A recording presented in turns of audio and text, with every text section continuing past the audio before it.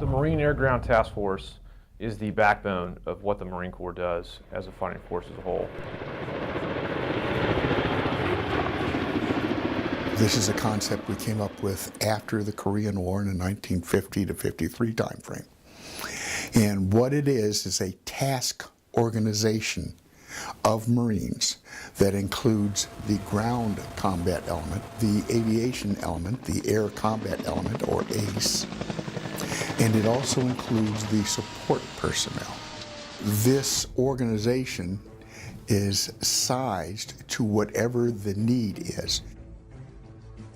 We can go as small as a platoon of Marines to go in and help a small evacuation mission or a small natural disaster calamity anywhere in the world.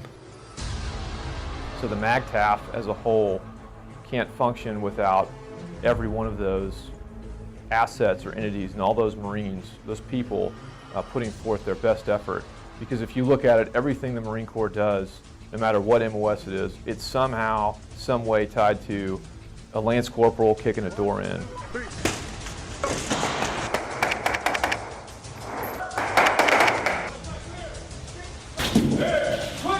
We're going to use all of our assets and everything available at our disposal to support him when he needs it the most.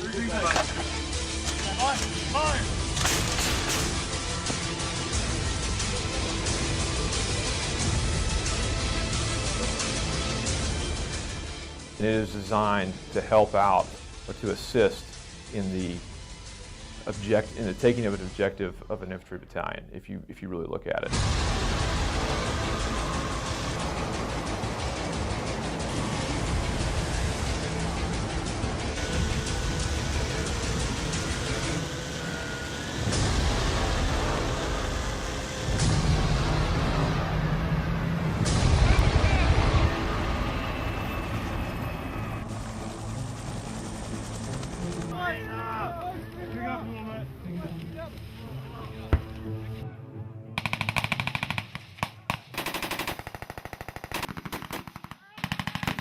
The smallest level that normally we operate with, now we can task organize any size we need, but the smallest unit is the MU, the Marine Expeditionary Unit, and that is composed of a composite helicopter squadron with 5 different types of aircraft. That's tied with a battalion, somewhere in the neighborhood of 900 grunt Marines that are highly trained, highly skilled warriors, boots on the ground. There's a tank platoon, a platoon of Marine Corps M1A1 Abrams tanks.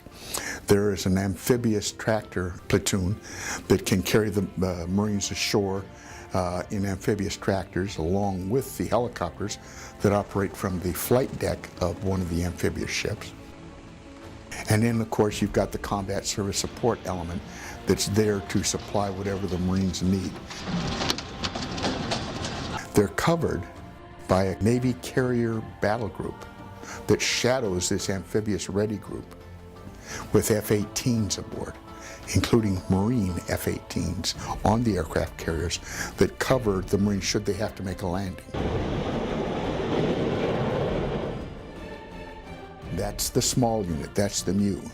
At a moment's notice anywhere in the world, they can respond, and they do respond to any crises that erupts, whether it be Libya, whether it be the tsunami in Japan, anywhere that there is trouble, the Marine Expeditionary Unit can go into that. And that is a culminating point of what a true MAGTF is, based on the assets they have at sea, the logistics they're going to have to require to go execute the operation, and then them actually executing the operation and the plan that goes into it.